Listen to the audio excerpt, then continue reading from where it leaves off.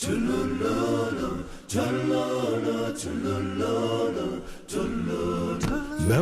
Rolihlahla Mandela began his life herding sheep and cattle in the rolling hills of South Africa's Eastern Cape.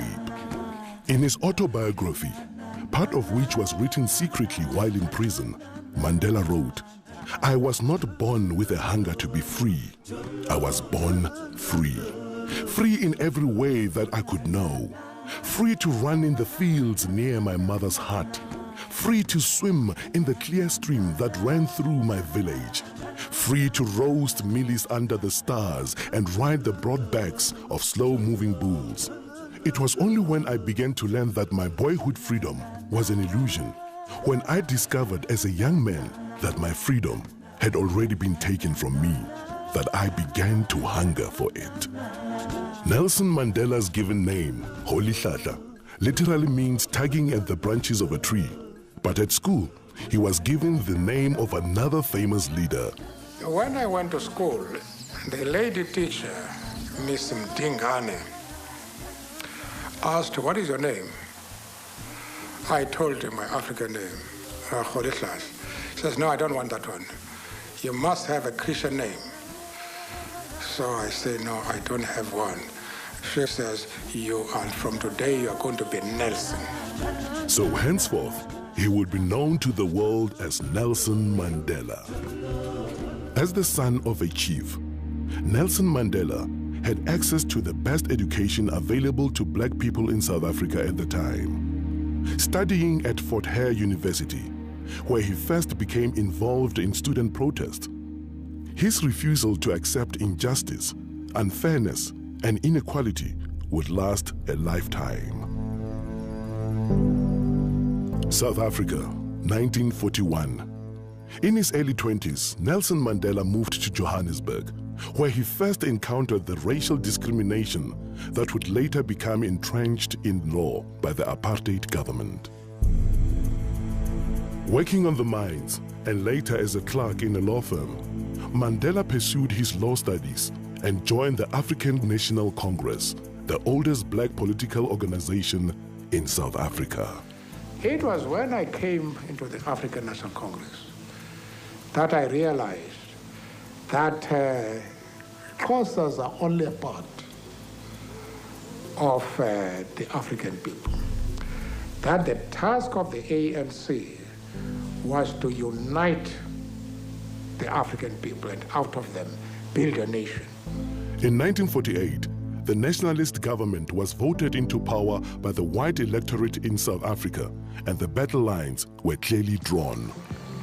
Comrade Oliver said, "Well, I like this because we now know we have an enemy in power, and I think that we're going to have a better opportunity of mobilizing our people." Our policy is one which is called by an Afrikaans word apartheid. And I'm afraid that has been misunderstood so often. It could just as easily, and perhaps much better, be described as a policy of good neighborliness.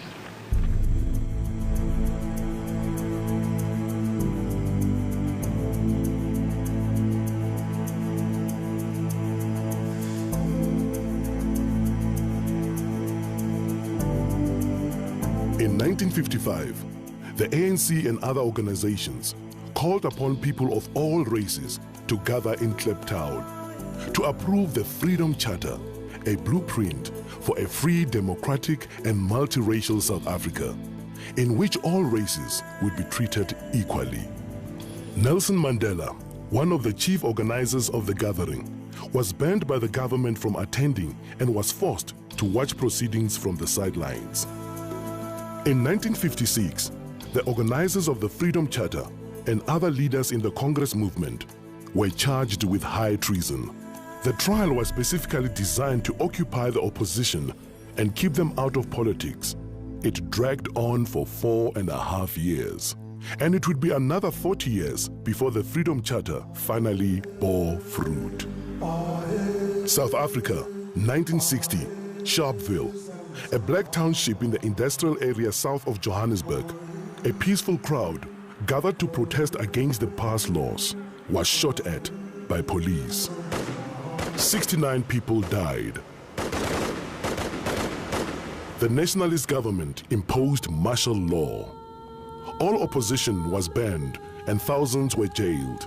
When it became clear that all means of peaceful negotiation had been exhausted, Mandela went underground to lead the armed struggle. We have made it very clear in our policy that South Africa is a country of many races. There is room for all the various races in this country. There are many people who feel that it is useless and futile for us to continue talking peace and non-violence against a government whose reply is only savage attacks on an unarmed and defenseless people. Key government installations were targeted for sabotage. Mandela became known as the Black Pimpernel. In 1962, Mandela was captured, charged with leaving the country illegally, and sentenced to imprisonment for 5 years. Shortly afterwards, his ANC comrades were captured with evidence which incriminated Mandela. He returned to court for the Rivonia trial, where he and 8 others faced a possible death penalty. The very speech which was made by Nelson consolidated the spirit of the people outside, because it was a defiant spirit. I have fought against white domination, and I have fought against black domination. I have cherished the idea of a democratic and free society in which all nations live together in harmony and with equal opportunity. It is an ideal which I hope to live for and to achieve. But if needs be, it is an ideal for which I am prepared to die.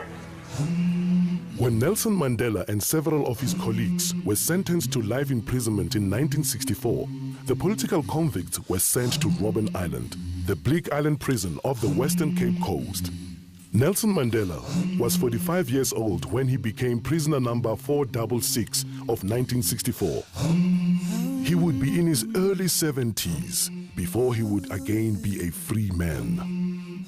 Forced to perform futile hard labor in a lime quarry, the prisoners refused to be broken. Far from being diminished, Mandela's moral leadership and stature continued to grow while he was in prison. His young wife, Winnie, continued to be an inspiration to the struggle. That day is not far when we shall lead you to freedom. Amanda! Away to power to the people. But the struggle against apartheid would continue for another quarter century. While Nelson Mandela and his co-accused served life sentences on Robben Island, other leaders of all races and in all spheres campaigned for change. Many faced imprisonment or exile. And around the world, ordinary people showed their horror of apartheid and their support for the struggle. The purpose, friends, of this boycott is for the people of Britain to register on the widest possible scale their passionate protest against an evil and repulsive doctrine which says that a man's legal status, a man's political rights, a man's economic opportunities, a man's social position shall depend solely upon the color of his skin. But in 1976, Soweto school children marched in protest and townships around the country erupted in violence. It was the beginning of the end for apartheid, but the struggle dragged on for more than a decade as the Afrikaner nationalist government clung to power. I've been lenient and patient. Don't push us too far.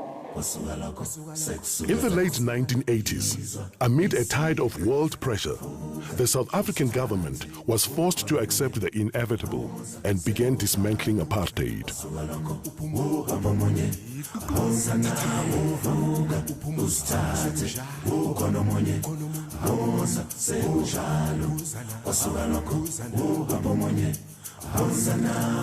In 1990, at the age of 71, Mandela was released unconditionally.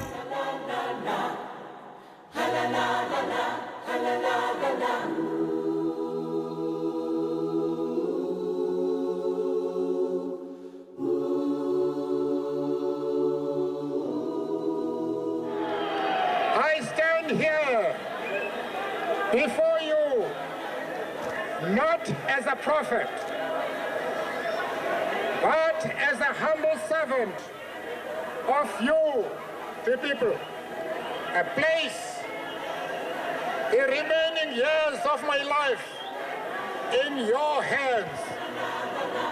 After leading negotiations for a new South Africa, Nelson Mandela cast his vote in the first free and democratic elections and became the country's first black president. Never, never, and never again shall it be that this beautiful land will again experience the oppression of one by another.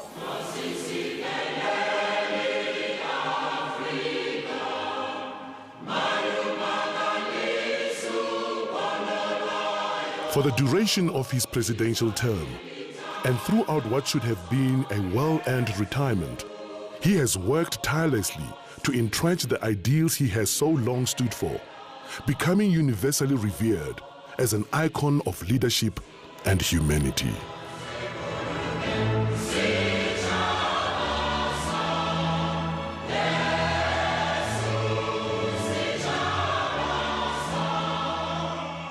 When I told one of my advisors a few months ago that I wanted to retire, he growled at me, "Goat, you are retired."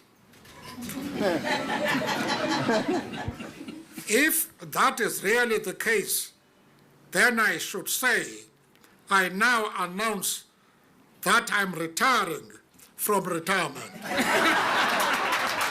But in his retirement from retirement, Nelson Mandela has continued to give his support and generosity in countless ways, creating an enduring legacy through the Nelson Mandela Foundation, the Nelson Mandela Children's Fund, the Mandela Roads Foundation, the Nelson Mandela Institute for Education and Rural Development, and the 46664 campaign.